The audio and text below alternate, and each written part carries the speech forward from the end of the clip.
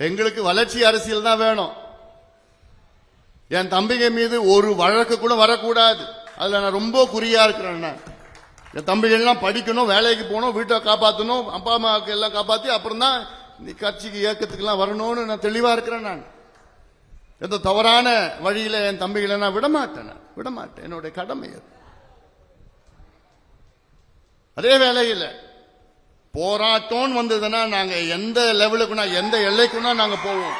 உரிமைகளை காப்பாற்றுவதற்காக, எங்கள் உரிமைகளை காப்பாற்ற மண்ணையும் மக்களையும் காப்பாற்றுவதற்காக எந்த எல்லைக்குன்னா நாங்க போவோம். அதுல நாங்க உறுதியா இருப்போம். அதுல பெயர் போனது, புகழ் பெற்றது கடலூர் மாவட்டம். இங்க இருக்கின்ற என் தம்பிகள், என் தங்கைகள்லாம் தயார் நிலையில் இருக்கு.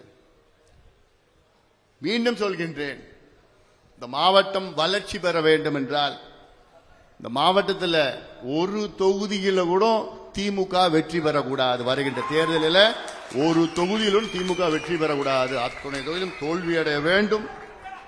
அதுல தெளிவா இருங்க. போதும், இவர்கள் 5 ஆண்டு காலம் நாசப்படுத்தி ஊழல் கொள்ளடித்துக் கொண்டிருக்கிறார்.